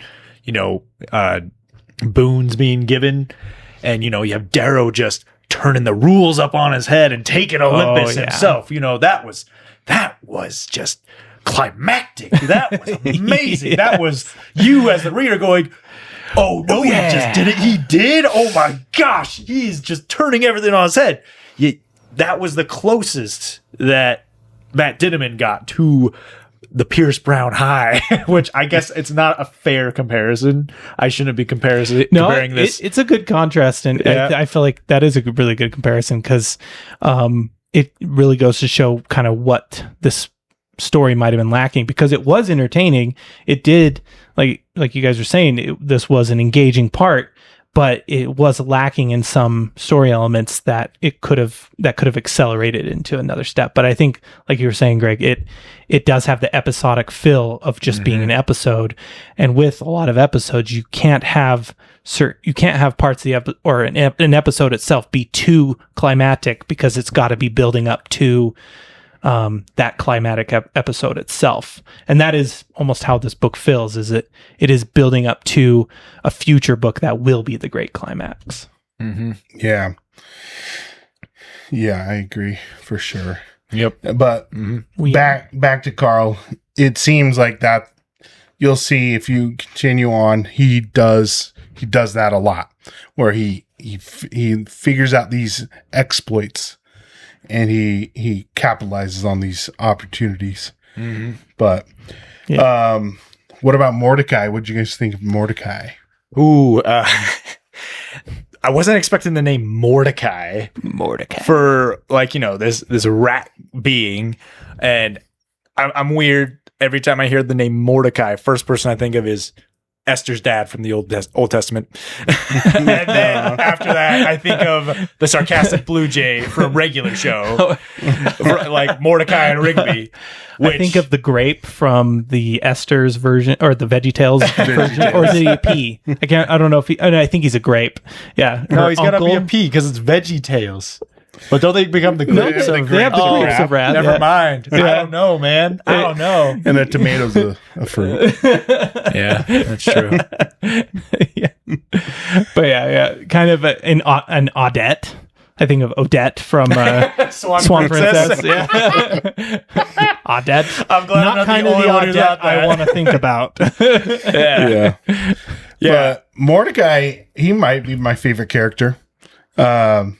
Like we talked about, we always talk about. He honestly seems like he has the most depth. Yes, I would agree. Yes. Yeah, he's got like a picture of his brother. You know. No, keep going. Yeah, he's got a picture of his brother in his room, and you hear like little snippets about his crawl, which he made to Dungeon 11, and then he made a deal. So, kind of a fun character for sure. He's just the exposition character. He gives you all the exposition. Yeah, he's the mentor exposition. Carl's always asking him the questions. So yeah, I'd say one of the interesting things they hint at is that these characters in the dungeon and a lot of the NPCs are almost hundreds, if not thousands of years old, having replayed in this dungeon over and over again in different scenarios. Like Mordecai sounds like he's done this mentoring thing multiple times over. And he talks about how through human years, like he was there when the Hobbit was published. Learning about humans back in the 40s or the 50s, 1930s, and or 30s. Thank you. So yeah, he was there. So just to give you an idea, if he's done hundreds of crawls and he spent 90 years on Earth, just learning how humans work. So yeah, he's probably decades. So that was old. that was a piece of world building I kind of like, having like these aliens supplanted into human society to know all their norms, so that way the AI can make all the pop culture referencing. Too. Like they were their cultural ideas that the alien systems have had for thousands of years that they just pushed into Earth culture. Like I think they even said they inspired The Hobbit, or inspired Tolkien. I don't think they said that. He just said, I was around since that book, The Hobbit, came out, which, that made me like him a whole lot more because he remembered The Hobbit. But he also made like references to like, when Blockbuster came out, you thought it was the greatest. Like he was so happy that he got all the James Bond movies. He could rent them all. Yeah, he could take them all and just watch everything. And then he was so happy when things went to DVD. It's like, finally, less archaic. There was a lot of references thrown in this. I don't know if you guys picked up on all of them. There's a lot of pop culture references. A lot of 80s and 90s references too. There's some 2000 stuff because Zev mentions Gossip Girl. Gossip Girl. It just geeks out about it with Donut, which I'm like, oh my gosh. I could not care less for Gossip Girl. It fits like Donut's personality and like a cat personality. Yeah, a cat personality. Enjoy and, Gossip Girl. They're leaving the TV on for her while they're gone, and yeah, she would totally eat up Gossip Girl. Yeah. Mm-hmm. So, yeah, not much more to Mordecai. You don't really know much about him. He doesn't get in too much about himself. What about these other side characters? Like we talked about Odette. There's Frank and Maggie Mai. And yeah, Maggie Mai, where, there was a big twist there where like Carl leaves a trap for them and it ends up killing their daughter. Which another very clever thing for Carl to do. Yeah, for Carl to do. I don't know if that was like built up. Like I was hoping there'd be more of them in the book. They seemed very sparse considering the rivalry that is being seeded and born here. Mm-hmm. And when you find out that their daughter's dead because they fell for the trap, which I don't hold Carl responsible for that at all. It's why did they even bring her close to it? Why are they getting her involved and all that kind of stuff? It's very debatable. Well, beyond that, Maggie Mai literally chokes her daughter to put her out of the misery when her daughter, if she had been introduced properly into this dungeon, she could have been healed. Yep. Beyond, or with a potion or a spell, whatever. Yeah. So I don't get Maggie Mai's worldview on this. Like, she's just delusional. She's just going to be this delusional pantomime villain which Frank seemed to be the most actual person with that. He was just silent the whole thing. This is a man who has lost his daughter. I get it. He's not, and he sees it for what it's worth. Like, she's dead because my partner choked her out and killed her. Like, he has lost his soul. The life is out of his eyes. So having Maggie Mai act the way she is, I'm like, you're not a real person. No, you are so delusional. They're building up to this big villain. It sounds like back to the book being an episode. Mm-hmm. They're revisited in the later books, and you find out more information about the whole situation. Okay, that makes it make more sense. So that's all I'll say. Okay, so. But yeah, like the whole theme about this is there's not a lot of depth to a lot of these characters. I feel like there's not much we can say about them. Yeah. Well, yeah. Do you want to talk about the gameplay then? Yeah. With how the whole dungeon system works. A little bit about the world building as well. The dungeon is built out of earth matter. Basically, everything that was crushed, the humans, the buildings, it was reformed into this dungeon. And like completely, he describes it like a crushed can, like they were completely submerged and crushed into the earth. Mm-hmm. Just any structure. I think he even said like a cardboard box, like a homeless person would be living in. Yeah, or even like an umbrella, but like he wasn't sure about that. Mm-hmm. Yeah, but yeah, like they have safe rooms made out of like a Waffle House or a Taco Bell, things like that, and almost random, dude. Like I think he said that the Taco Bell was from like Venezuela or something, or some South American country. Yeah. So the gameplay. Yeah, there's not a ton of rules with it. It's just kind of whatever, There's magic, there's spells, there's healing items, there's weapons, all stuff that you usually see in a game. I guess my big problem with reading this, it's the same scenario as the Hunger Games, as Red Rising, as kind of like Ender's Game, where you have this game where you have people watching and they can aid you or they could not aid you, and you kind of benefit with how good you're doing. And there's like the character has to have an appeal aspect. Yes, and like I just feel like we've seen this a little bit too much. And that's why I loved Pierce Brown's with Red Rising. He kept it in the first book, and that was it. Looks like Matt Dinniman's going to keep this for his whole book series. What's the author of Hunger Games again? Susan Collins. Susan Collins. It seems like she couldn't get away from the Hunger Games because she had to bring Katniss back in to with a Catching Fire and then all that stuff. But I don't know. I'm kind of getting fatigued from this kind of thing. Did you guys feel the same way? I might just be a curmudgeon in this one. A little bit. It's not so battle royale as I would say Hunger Games and Red Rising were.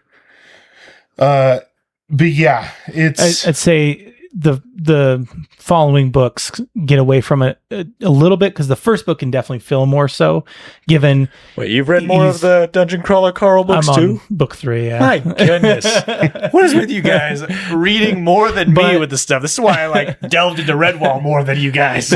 Yeah, but tired of being left out. The first book definitely feels a little more battle royale because it's basically Carl against the map. And it doesn't feel so role playing because I mean there's a little bit with the dealing with the fairies or who are the Karens? Yeah, that was the fairies, crack Karens. I believe. Yeah, like the crack Karens, the fairies and those goblins interacting with them a little bit, but they're still basically mobs and fighting off enemies the entire time and bosses. So it feels like a what's that game? League of Legends. It feels kind of League of Legends-esque. So still a battle royale feeling to it, but going in a more unique direction. But I get what you're saying, Derek. How it has that Hunger Games where there's the people watching for entertainment aspect of it. And in the same way with Red Rising too, there were people watching, they were able to get assistance in some way or another. So there are those story elements that are tropes that keep reappearing that are starting to feel cliche and overused, that are in this book that appear in those other books too. For sure. Yeah. I would still argue that there's not a ton of battle royale feel to it. It is more progression through the game than fighting other crawlers.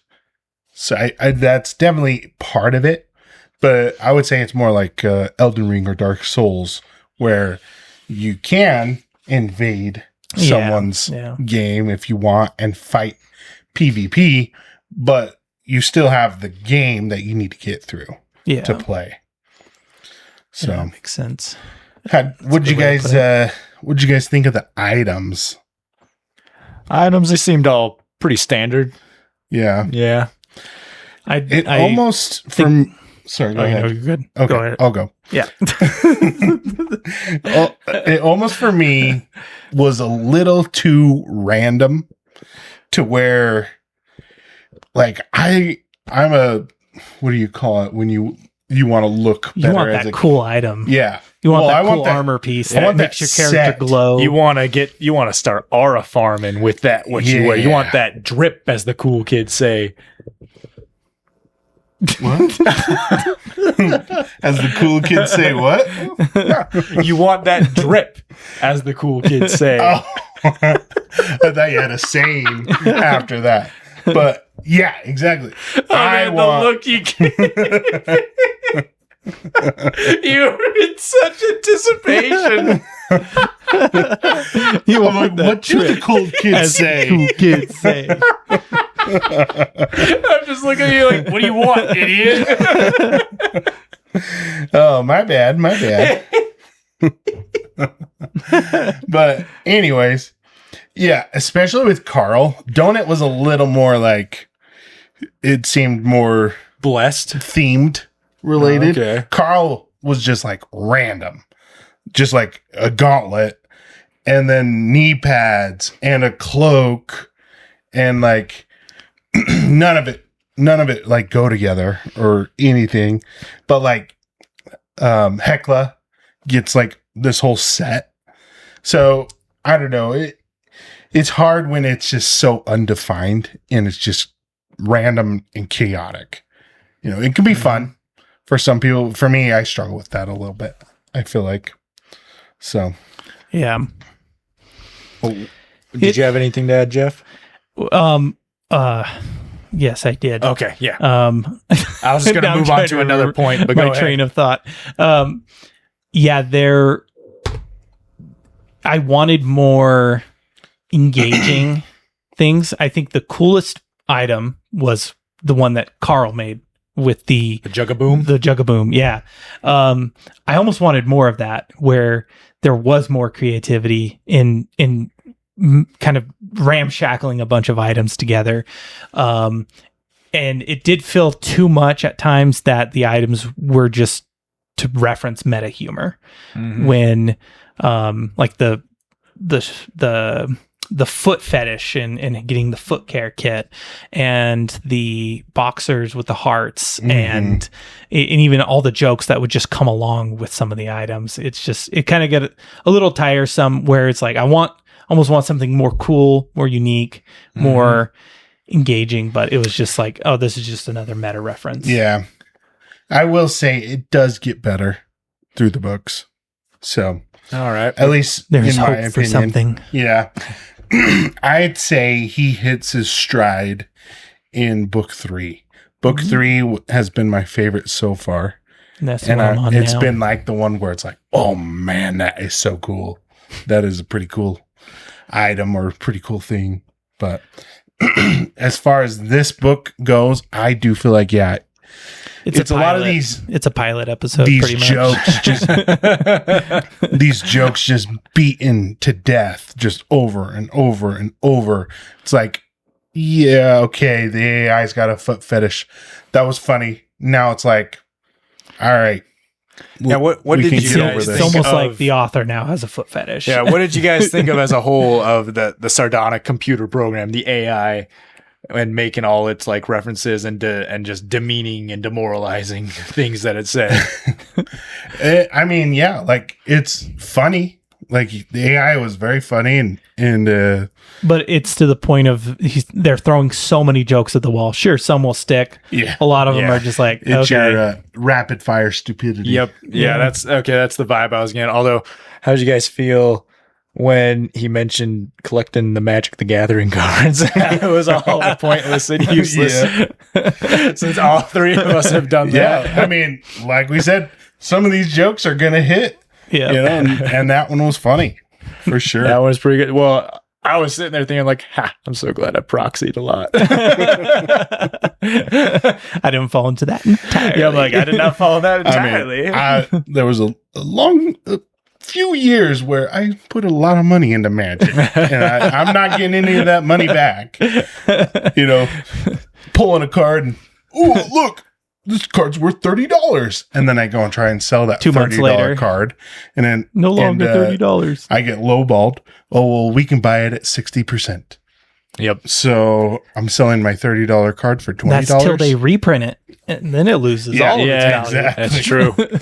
But we're done with our hot take segment. Yeah. But yeah, I mean, it does seem like we are dogging on this quite a bit. And there are a lot of flaws, and I think these are valid arguments. But I do feel like there is a ton of good things with it. The great thing about the book is I think it can inspire people. Yeah, inspire to write better books, better stories in similar fashion. Feel more confident about your own writing, because if this got published and real popular, then I'm not saying it's like horrible slop that just got popular. It's not. It's actually pretty good. I'm gonna have to admit with that, and I probably will give it a somewhat good score in our in our ratings. But at the same time, it's like we were saying, there's little depth, and it doesn't seem to go past the elevator pitch of what it is. But because Matt Dinniman was able to like make a whole book series of this, and he is really, reaping just the benefits of it. Yeah, sheer amount of social media popularity. Yeah, that is should crazy. encourage all of us to be Yeah. like, oh, wow, maybe my idea isn't as stupid as I thought, you know? Yeah. Yeah, Well, I believe it was self-published to begin with, and then he pretty sold the rights to it to some company, and now they're paying him to finish it, and they have the rights to the audiobook, and that's why they came out with the shiny new print covers, which I do think they are really cool. They are actually some of the covers that I really like. They're definitely appealing to me. I don't know what you guys think. this could be a fantastic graphic novel. I Yes. think, given, and it'd be so easy to develop into one. I actually think they are making like a manga style graphic novel of it, if it hasn't already been put out. I think I saw a free comic book version of it. I don't know.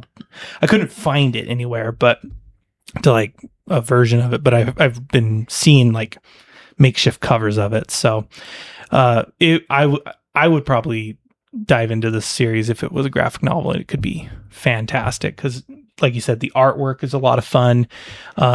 It being so fast paced, it would fit so well into that comic format. Mm-hmm. Yeah, I agree for sure. Back to characters. Sorry, I forgot I had this quote. Yeah.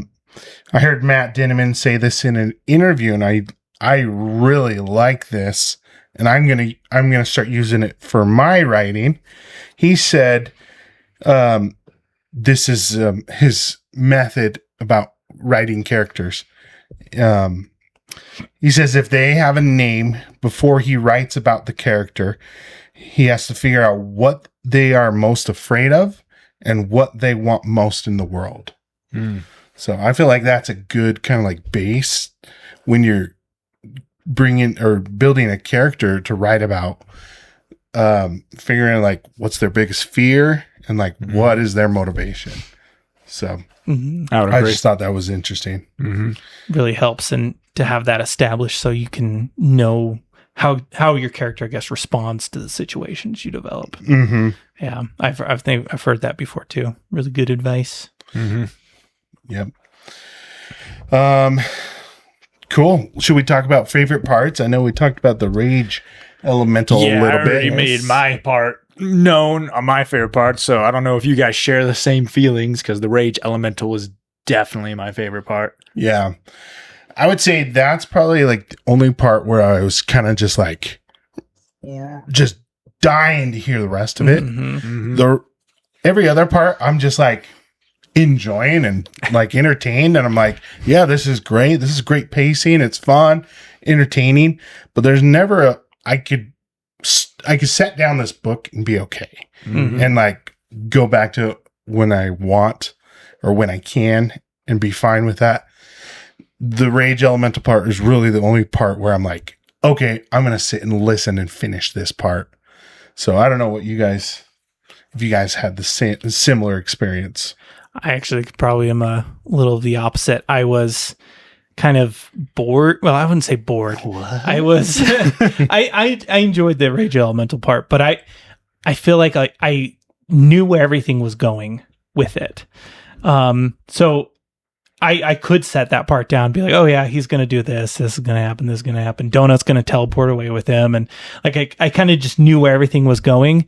What had me intrigued was anytime the Borant or the fish people, the mud skippers, what's their name? The Kuatine. Kuatine. Yeah, the I love that Kuatine. name. That's a great name.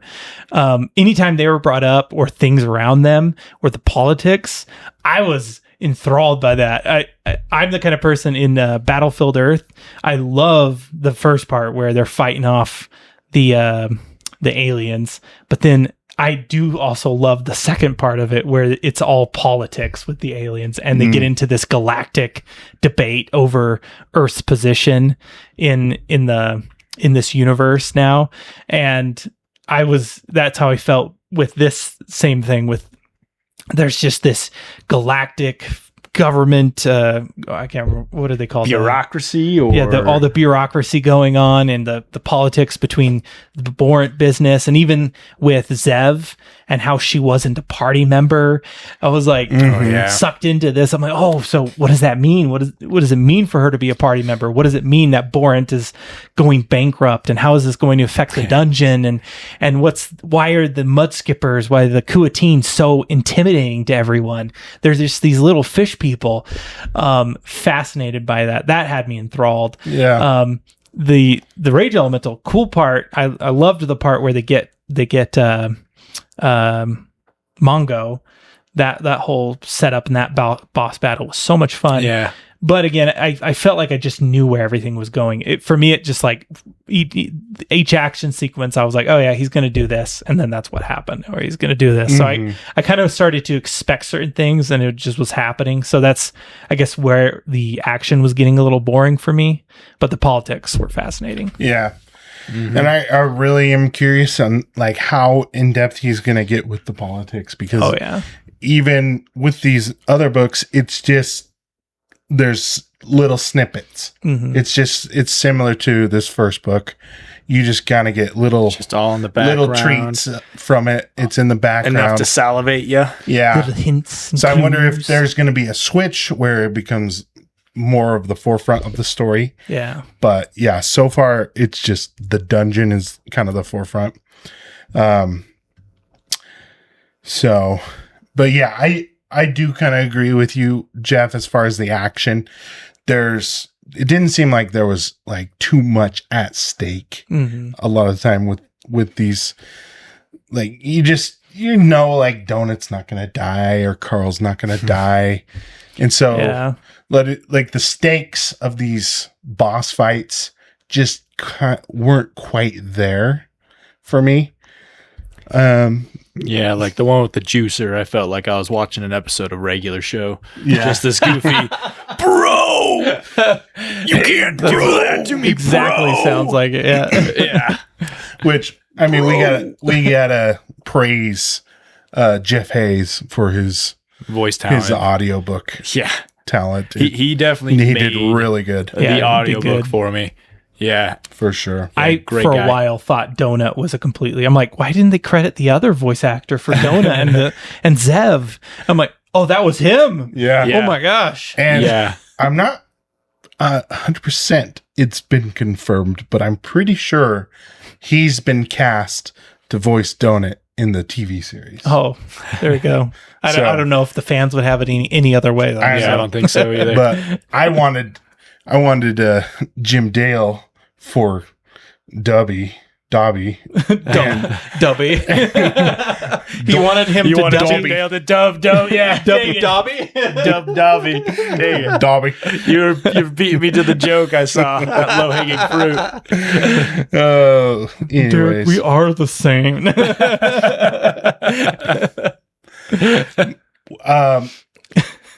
One of the things I do think we need to talk about is the Maestro, the show, because I feel like Audette shows, whatever, Audette was like outrageously it's all ridiculous. Puff piece and but the Maestro, I feel like kind of there Hunger was Games. more weight to what happened there. It's part of those politics, though. Yeah, it's part of the politics. That I think was one of my favorite parts, as crude and crass as that part is. I think it really kind of showed a different side of the universe. Yeah, Carl's true colors, like gave him a little bit more depth. Yeah.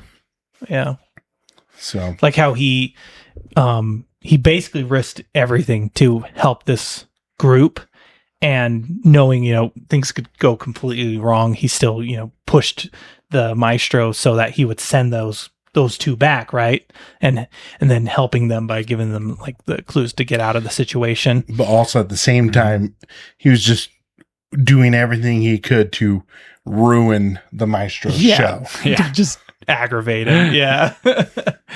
Oh yeah. That was, I agree. That was a great redeeming moment for Carl, just to feel like just a great character from this person, which is also funny given everything he did to help the old folks home, the old folks group. Mm-hmm. And I felt like there was a lot there that was meant to tug your heartstrings and get you to feel for this character. But honestly, it was the Maestro show that did a lot more of that than the whole care center situation with that group, at least for me.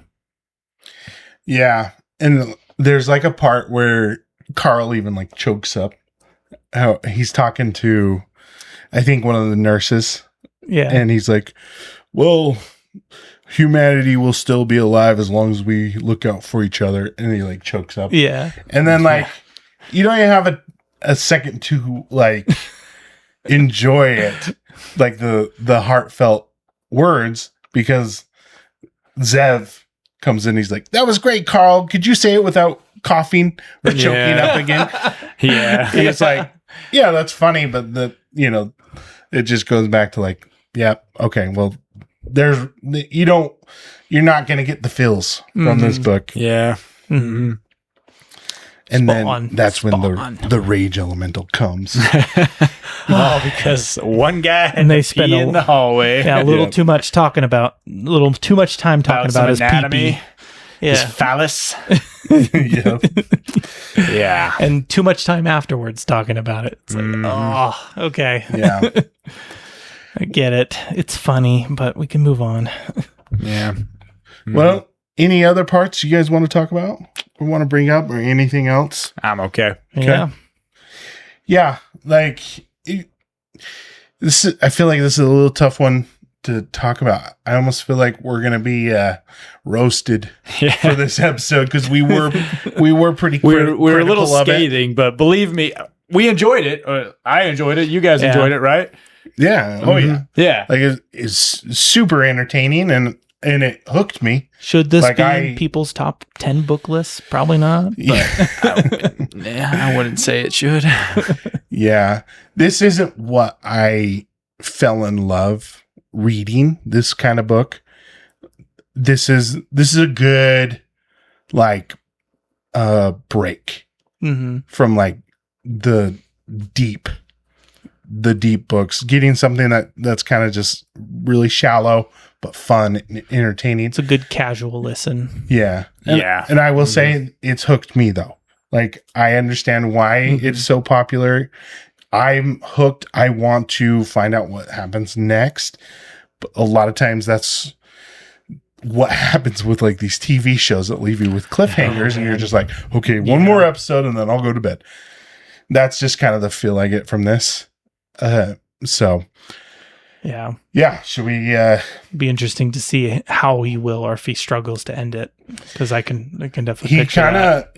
kind of talked about that in the interview. He's like, he brought up George R.R. Martin and Patrick Rothfuss, and he's like, I can see why they're struggling to end it. I think he didn't hint that he's struggling to end it, but he's like, I feel the pressure that I'm sure they're feeling now. Oh yeah, because especially it's with become how so popular, and people are and just they like started a show now. It's like, that's gonna be demanding to even get worse. it done. Yeah, I could see how that could be difficult to deal with, but yeah, let's get into our rating then, if there's nothing else. Nope, good to go. If I'm good to go. Okay, so yeah, for me, like, this is a tough rating because it is a very easy book to reread and to go back to. So the return and the entertainment value is very high.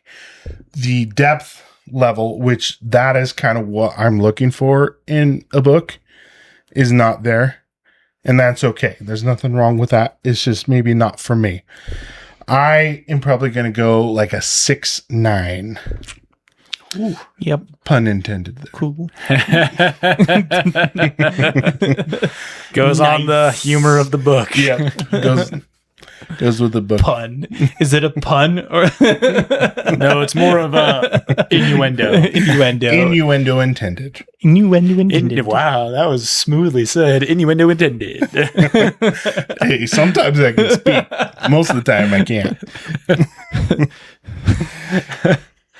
Well, I would kind of echo what you're saying. This is a fun read, but my problem with books that reference so much in pop culture is it's eventually going to become dated. Mm-hmm. It's not going to age the best. So this book is definitely not it's not going to receive enduring classic status. Mm-hmm. It doesn't have that. And the fact that I can't share it with my kids until they're at a certain age, I want to enjoy stories with my kids at any age. That's probably why. Will you ever share it with your kids? Probably not. Probably not. The closest thing to this I'll share with my kids is probably Red versus Blue. That's just iconic, though. But yeah, it's definitely in popularity. It just doesn't have that emotional meat I can sink my teeth into that all the greats have, like Watership Down and J.R.R. Tolkien's works and all other books of the like. It doesn't have that stuff that gives me the escapism, the reason I have fallen in love with storytelling to begin with.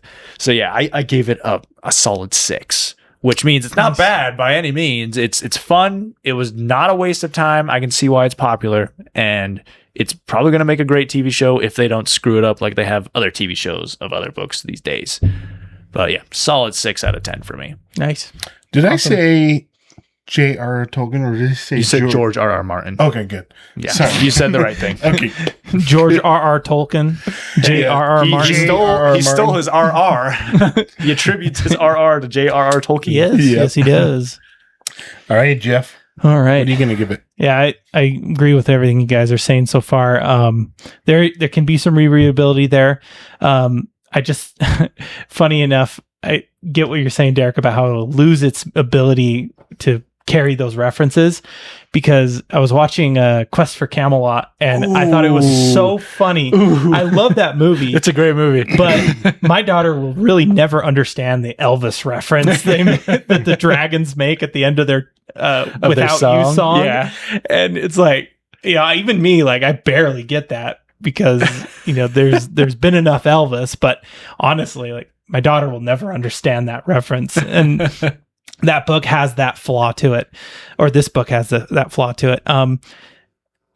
Honestly, it kind of makes me think of Player Piano, because I feel like you enjoyed the movie more and I enjoyed the book more because I got more of the references of the book, and those references from the book are pretty much outdated at this point. Player Piano movie? Ready Player One. Oh, Ready. Yeah, I'm like, wait, we never talked about a Player Piano movie. I'm sitting there going, what in the world?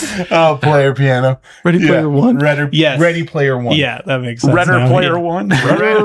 Shut up. Joyce. Innuendo intended. But with this book, actually, I think the biggest detriment to it was just the foul language, the cursing, the taking the Lord's name in vain, the sexual innuendos. If it didn't have any of that, it could rate so much higher for me. Jeff, you Christian bigot. Yeah, I know. You prude. I am a little bit. Nah, I agree with your sentiment. I definitely agree. I will admit, I chuckled at some of the cursing, when the A is like, F you. I gave it a little laugh, but it's like so excessive. And I would say even in the later books, it gets so much worse. I'm just like, you're just packing your book full of curses. Are you actually even writing at that point? The dialogue just gets so bogged down with it. And it honestly just takes away from the story so much, from the escapism, like you were saying, Derek. So I'd give this a solid 6. It could be an 8 if it didn't have, if even it had just like 10% of the cursing left behind, it would bump it up so much more. But it just takes away so much from it. I am interested in the story. I'm reading more of the books too. But yeah, solid 6. It could be better. And I think the benefit of it is it can inspire people to write better books with less cursing, less innuendos, less taking the Lord's name in vain. So yeah, that's my placement. Sweet. Cool. One thing I totally spaced before we end this episode. This is our 13th episode. which means we've been doing this podcast for a year. Woohoo! Happy birthday to the podcast! Congratulations to you guys. Yeah. For sticking with this. We took it out. With this crazy idea. But I got you guys some gifts. Oh. So I believe we all use pop sockets, right? Yeah, I got a new phone recently, so I don't have a pop socket yet. Oh, will you be getting one then? I don't know. I got Just say yes, stand. Derek. Yes. Just say yes. Okay, I can return yours, Derek. I'm sorry. Ooh. You can have it if you want. Oh no. This is epic. It's a custom made. Oh, the Pop custom made. sockets. Now I gotta use it. Yeah. Oh, Big Rascals pop socket. Oh my gosh, I gotta use it now. Yep, I got logos on the pop socket. That's awesome. So, yep. This is incredible. Wow. That is super fun. Look at us. Oh, yeah. Doesn't it look just so official? Yeah, it does. Wow, I need to But- turn this into a badge. There you go. Mm-hmm. Yeah, anyways, congratulations, guys. Thank you, bro. Really, Bro, you did it, bro. thanks for sticking to this out with me. This is it's a slow growth. We are growing, but very, very slow. We're obviously doing this for fun in the moment. It's not like a moneymaker or anything like that. But so yeah, I just want to say thank you guys for all you do. Yeah. Thank you, man. Yeah, thanks You're for welcome. bringing us together for this idea. And thank you to all you viewers who have joined us in our episodes and those who have commented on our videos.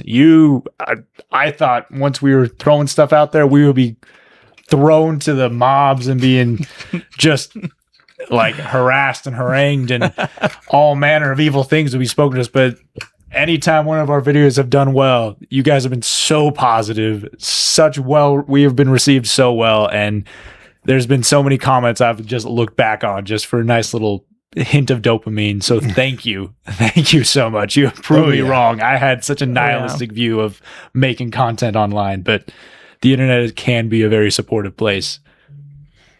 Mm-hmm. Very supportive or very mean. Yes. Which It seems like it's one or the other. we've had a few mean people here and there, but they've been easy to shake off. Yeah, just Yeah. gotta ignore them. Oh, man. But Yep. anyways, congratulations on a year, guys. That's So- great. It's been great. Thank you, man. Looking You bet. forward to another. Mm-hmm. So Stuff. our next book, What's next?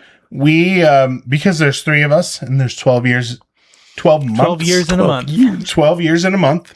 12 months in a year. We have decided every September we're going to do something a little different. We're either going to do like a fan pick or something unique.